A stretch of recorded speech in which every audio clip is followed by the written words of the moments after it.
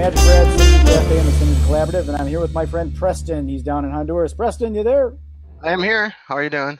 Doing well. Okay, so the topic of today is the little guys are savvy and the big guys are clueless. And I don't mean that as an insult, but like what we were chatting about earlier, is I think a lot of the big companies are outsourcing to other people that may be outsourcing to someone else that's outsourcing to someone else that's paying $5 on Fiverr to get a bunch of views. Mm-hmm.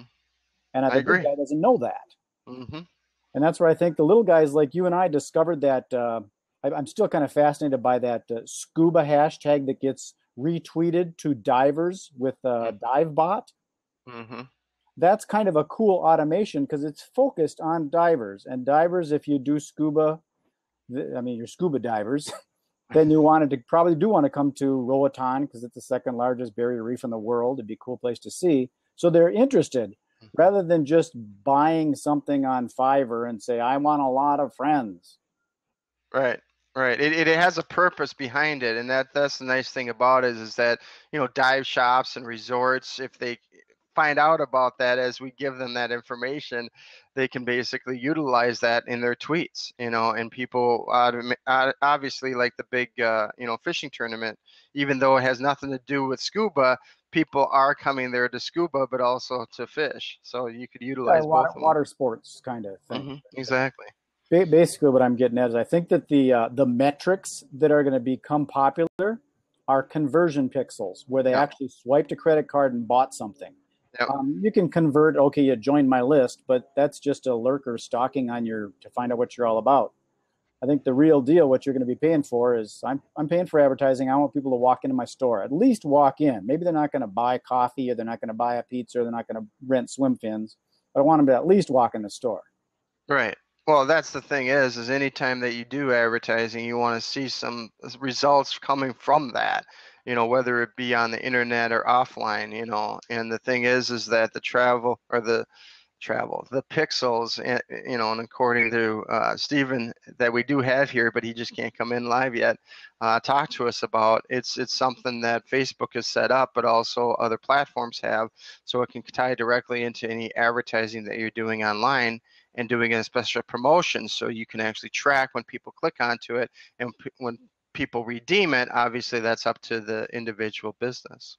Well, there again, the big boys, we'll call Facebook a big boy, is they are listening to what's going on, because I saw a YouTube video of a guy that was ranting about how he bought traffic in the United States and Canada, and he got traffic from India and China, and he bought it from Facebook, and he kind of outed him on it. And maybe they didn't know. So maybe now they're starting to say, we're going to create a method with conversion pixels. So when someone actually clicks on the PayPal button to buy the How to Have Fun in Roatan guidebook, they would actually be a real buyer that's going to use a credit card, because robots ain't using credit cards. Right.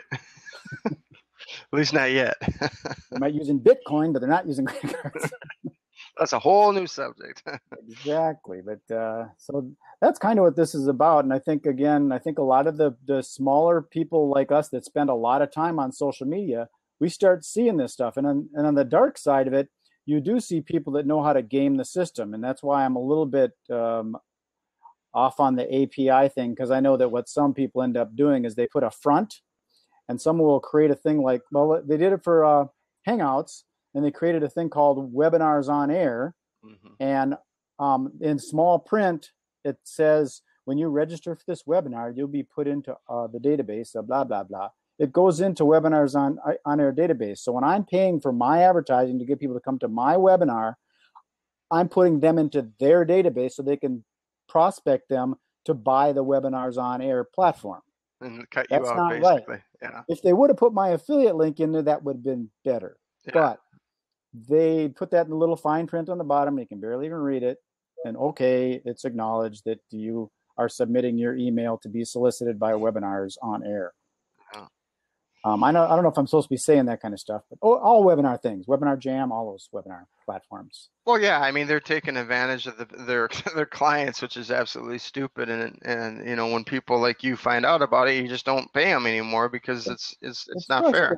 And it's different if it's someone that's a legitimate. I mean, not that they're not a legitimate company, but a lot of these fronts, I'll call them, are built by people that they don't have real businesses. They work out of their home or a coffee shop, and they're I guess they're even real businesses, but they're not. It's a fine line. Yeah, I guess it boils down to ethics. it does. It does. It's those that take advantage of the system and game it and basically try to make it so it's advantageous to them. Yeah. Yeah, and you know, we've seen that all the time. I mean, Fiverr's a great example. You know, yeah, get a whole bunch of followers for $29.95. I'll give you 5,000 followers. Big deal. If the followers aren't targeted to your specific business, they're worthless. And even some people do that. I know some people will. They know that people don't take it serious unless there's a lot of likes. So Hmm. they'll actually buy a little bit to boost it up a little bit, so it's a little bit more. They'll sort of prime the pump. Hmm. Even so, that's on the edge of ethics too. I mean, some people Right. say, I grew my list organically. That means naturally. That means you didn't, I mean, Advertise. this is not natural. Right. It may be organic, but it's not natural. Yeah. Janet Johnson is doing a blab. I just Yeah, saw. I see that. It just popped up on mine too. Maybe we'll go and visit her. But what I was saying, you know, even uh, Robert was saying this last night, and Stephen, who's actually in this room, said this to him, is that how many people does it take for somebody to really follow you and become part of your fan? It only takes one that really believes in what you're doing, because out of that comes multiplication of other clients that are similar that will want to work with you. Well, I'd like to have one buyer as opposed to 1,000 non-buyers, Hmm. because the 1,000 non-buyers just pollute my place and take up heat. And Oh yeah, it's a lot. It's a lot of work just trying to find out. I mean, just working even on Twitter, you have. I mean, I have a lot of people following me now because of Blab, which is great. And I haven't had that before. And a lot of these are targeted because obviously when I'm talking on a Blab, I talk about that I'm in the travel industry. I do the video cameras as far as live streaming, and people like that, and people follow me. And then we have discussions that are kind of on Twitter, which is hard because you have to just do 140 characters. And then once you're done with the 140 characters, you send them another message at about 140 characters. So there can be conversation, but not really good back conversation. and forth. Yeah, it's kind of like sort of one way, then the other way. It's almost a Right. walkie-talkie thing where you gotta Exactly. pull the And string. so then I try to pull them into Skype. And I say, well, if you got a Skype address, let's get together and let's talk one-on-one and be able to find out if there's a way we can work with each other. And that has happened. I mean, we've even had that on Blab, like Saturday, you were doing your show about how to put together, you know, something like a lower third on the bottom of your video. And out of that came somebody who we now are working with, or at least I am working with, and trying to put together something with Skyline that's going to be beneficial for all. Well, So it comes, you know, it's that's the power of relationships. this real interaction kind of thing. Right. I respect, and I'll publicly state it, that I respect and admire the people that actually put a real photo on their Facebook page, and they're humans, and they're congruent with what they got on Blab to what they go on with Twitter. I know that sometimes it can get kind of crazy, and you don't know what you connected to what, and weird things pop up. And we've had that stuff before. But when people are intentionally trying to hide, Hmm. I mean, if you're on a video platform, show your video face. If you're on a chat thing, then you don't need a face. Right.